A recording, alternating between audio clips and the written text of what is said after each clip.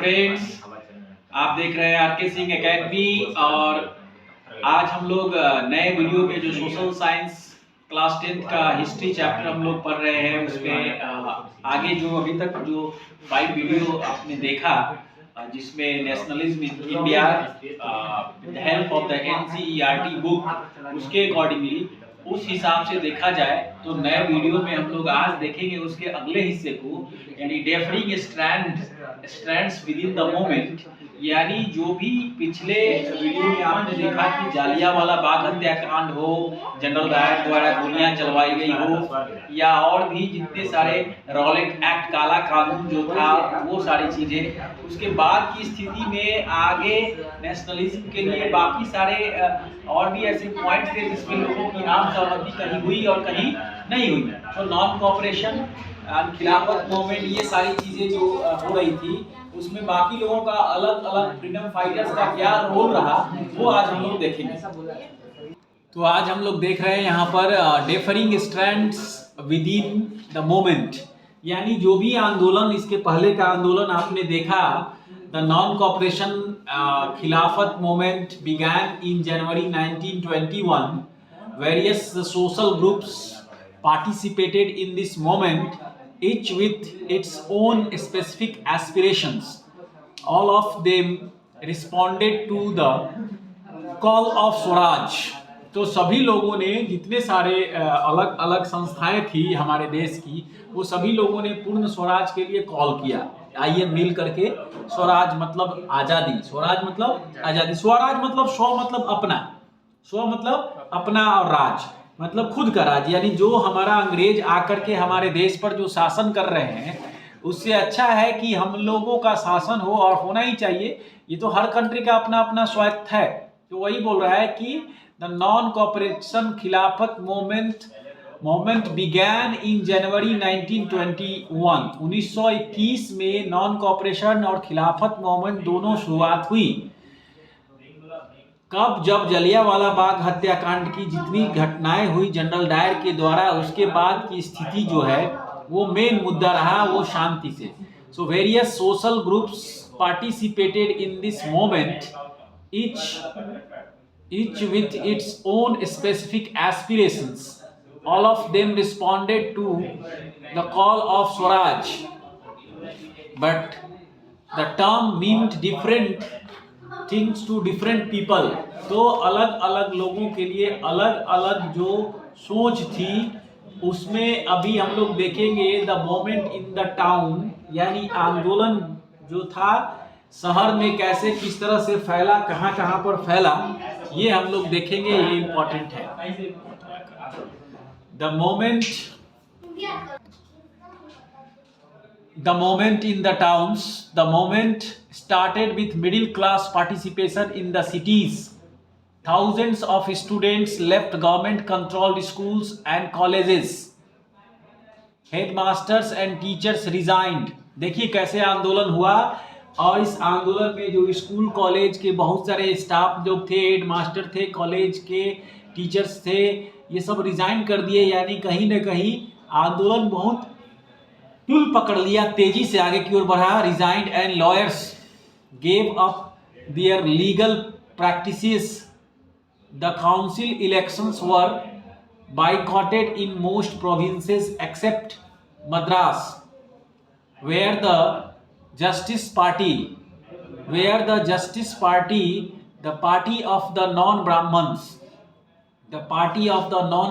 felt that entering the council was one way of gaining some power,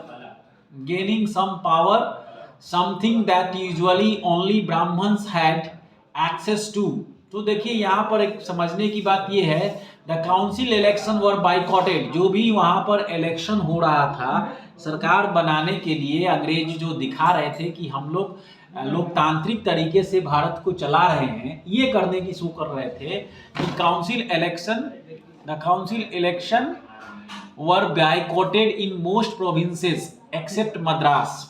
तो मैं आपको बता दूं कि मद्रास के बाद जो बचा हुआ प्रोविंस था वो हो गया आपका बंगाल प्रोविंस, मुंबई प्रेसिडेंसी, वो प्रोविंस को ही कहा जाता है। तो ये सारे, और बंगाल में सब में बाइकआउट हुआ, मद्रास में नहीं हुआ।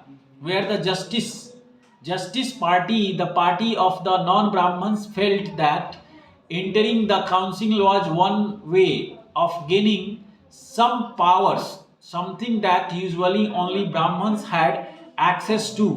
तो ऐसा किया कि something that usually only Brahmins had access to। देखिए, ऊंची जाति नीची जाति, अंग्रेज इस बात को जानते थे कि ये इस तरह से हम जब कैटेगराइज कर देंगे तो अपने आप लोग इस कैटेगरी में बट जाएंगे, और बटने के बाद आपस में ही लड़ेंगे, इसका फायदा हम उठाएंगे। The effects of non-cooperation on the economic front were more dramatic। Foreign goods were boycotted। विदेशी जो भी सामान थी उसका बहिष्कार किया गया, सभी लोगों ने मिलकर बहिष्कार किया। Liquor shop picked.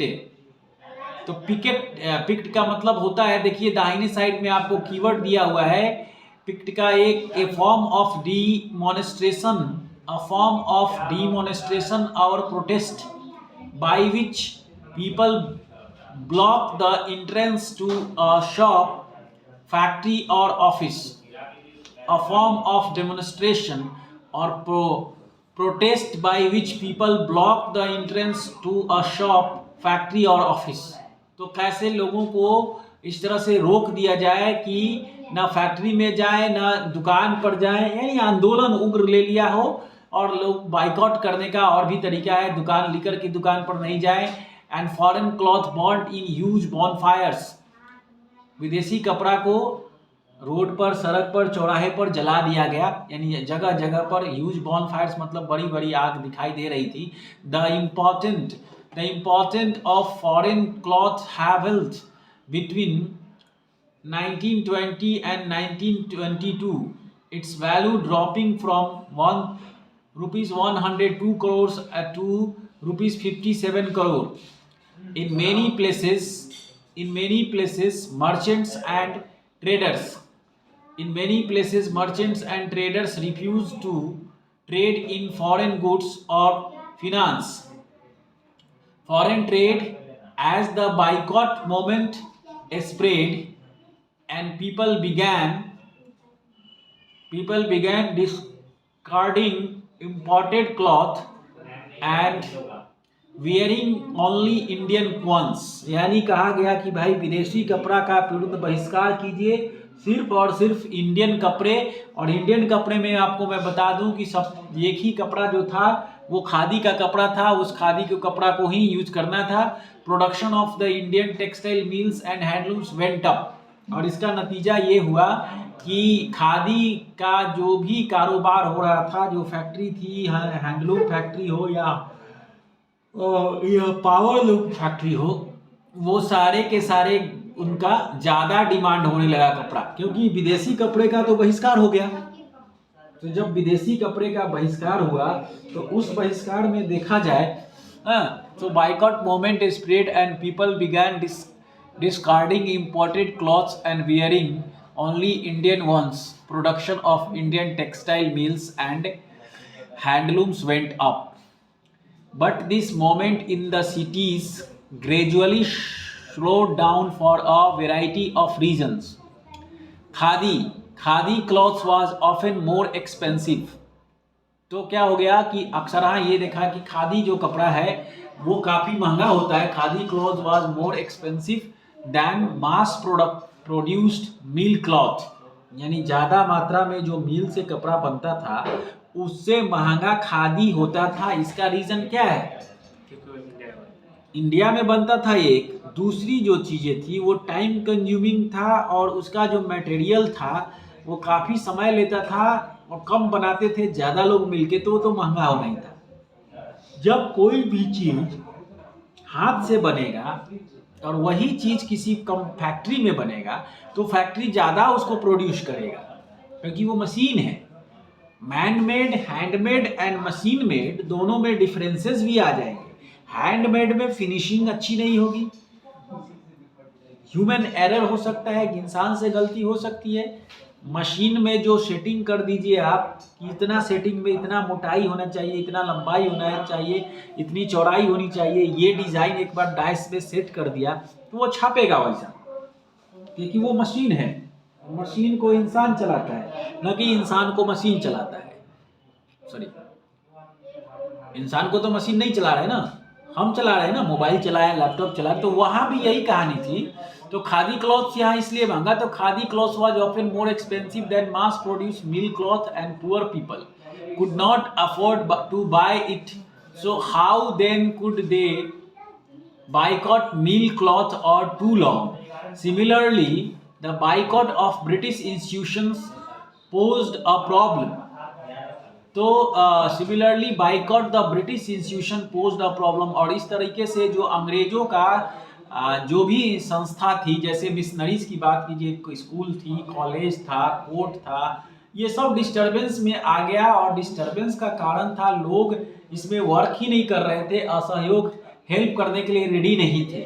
For the moment to be the successful alternative Indian institution had to be set up so that they could be used in place of the British ones. These were slow to come up. So students and teachers began trickling back to government schools, and lawyers joined back work in government courts. The year is 1921. You are a student in a government controlled school. Designed a poster using school students to answer Gandhi ji call to join the non-cooperation movement. आप देखिए यहाँ पर year in 1921 का जो साल था, you are a student, अगर आप विद्यार्थी हैं, you are a student in a government controlled school, सरकारी स्कूल में आप पढ़ते हैं। Design a poster urging school student to answer, तो पोस्टर डिजाइन किया गया और सब बच्चों से पूछा गया, Gandhi ji call to join the non cooperation movement. बताया गया कि गांधी जी आप सभी को कह रहे हैं कि नॉन कोऑपरेशन आंदोलन में भाग लीजिए, असहयोग आंदोलन में भाग लीजिए। तो ये एक तरीका था यहाँ पर, इस तरीके से यहाँ इन लोगों ने इसको ज्वाइन किया। तो schools lawyers joins back of government courts, back government schools and lawyers join back work in government courts. तो फिर से क्या हो गया कि so student and teachers began trickling back of government school, फिर से जाना शुरू कर दिया लोग। एंड लॉयर्स ज्वाइन बैक, फिर से जो वकील छोड़े थे वो फिर से जाने लगे वर्क एंड गवर्नमेंट कोर्ट्स में। उसके बाद की स्थिति क्या हुई हम लोग आगे के वीडियो में देखेंगे। इतना एक पार्ट में एक क्वेश्चन आपका यहाँ बन रहा है कि जो मूवमेंट शहर में शुरू हुआ तो शहर में कौन कौन से लोग इसमें भाग लिए, इसका क्या इफेक्ट रहा। तो एक बार नॉन कोऑपरेशन मूवमेंट स्टार्ट हुआ और मद्रास प्रोविंस को छोड़ करके बाकी सारे प्रोविंस जो थे वो इसमें भाग लिए। तो ये एक स्थिति यहाँ पर बनी। इस स्थिति में and then after we will you will see the next part means rebellion in the countryside in the next video. So hope so कि आपको यहाँ तक समझ में आया होगा। गांधी जी ने जो आह्वान किया आइए बच्चे इसमें जुड़े उस हिसाब से। and the next video we will see the rebellion in the countryside. So thank you and have a nice day.